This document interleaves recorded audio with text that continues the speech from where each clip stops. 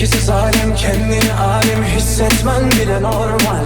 Çünkü dışarıda senin gibiler için özel idman yapıyorlar. Biri huyundan ya da suyundan mıdır anlamadım bu işi.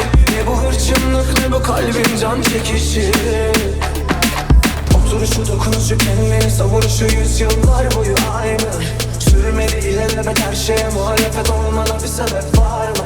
Bunu külahıma bir de günahıma girip anlatacak o yürek. Belki de vardır ama denemen lazım. Ama sen korkaksın, hiç bulaşma, yaklaşmazsın. Gerçek aşklara demiş ki benden uzak olsun. Peki niye her gün ağlıyorsun? Sebebini sana gece gezenlere aç bir sor. Sen korkaksın, hiç bulaşma, yaklaşmazsın. Gerçek aşklara demiş ki benden uzak olsun. Peki niye her gün ağlıyorsun? Sebebini sana gece gezenlere aç bir sor.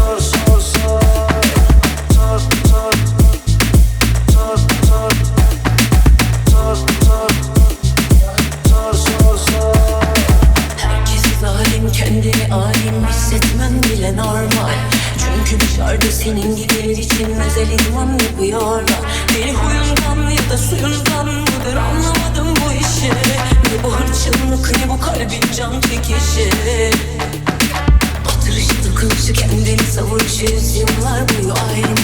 Sürmediği elbet her şeye muhalefet olmana bir sebep var mı?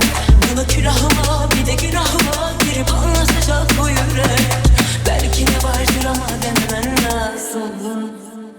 Ama sen korkaksın, hiç bulaşma, yaklaşmazsın. Gerçek aşklara demiş ki benden uzak olsun. Peki niye her gün ağlıyorsun? Sebebini senle gece gezenlere aç bir sor. Ama sen korkaksın, hiç bulaşma, yaklaşmazsın. Gerçek aşklara demiş ki